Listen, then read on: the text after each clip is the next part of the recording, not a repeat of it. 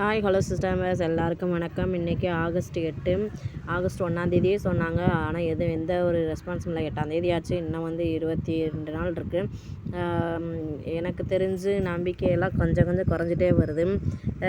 சரி அப்படின்ட்டு முக்கியமாக இன்றைக்கி சொல்லப்போனால் நான் எதுக்காக இன்றைக்கி இந்த வீடியோ போட்டேன் அப்படின்னா,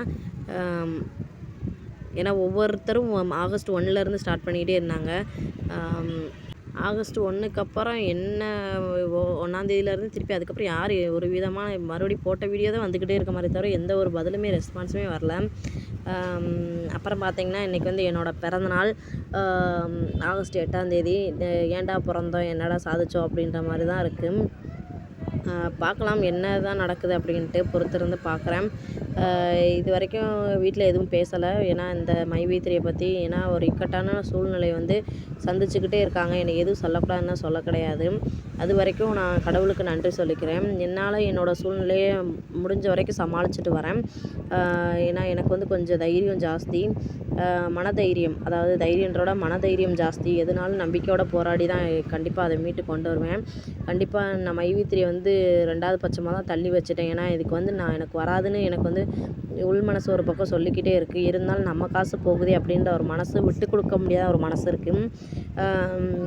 பார்க்கலாம்.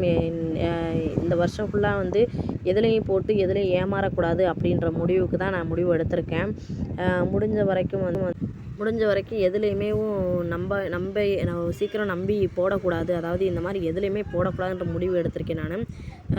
இந்த வருஷம் எல்லாமே நல்லதாக நடக்கணும், எல்லாத்துக்கும் நல்லதாக நடக்கணும்னு கடவுளை வேண்டிக்கிறேன். அது மட்டும் இல்லை, கண்டிப்பாக இதில் என்னோடய அதாவது என்ன சொல்கிறது, இதில் மீண்டு வந்திருக்கு, இவ்வளோ தூரம் போய்கிட்டு இருக்குன்னா கண்டிப்பாக கடவுளுக்கு தான் நன்றி சொல்வேன். எனிவே உங்களுக்கு சேர்த்து சொல்கிறேன். ஏன்னா இவ்வளோ தூரம் நான் பேசுகிறத பொறுமையாக கேட்டு நல்ல கமெண்ட்டு கொடுத்துருக்கீங்க, என்னை திட்டிருக்கீங்க. ஏன்னா உங்கள் வீட்டில் ஒரு பிள்ளையாக நினச்சி தான் திட்டிருக்கீங்க, நான் இல்லைன்னு சொல்ல கிடையாது.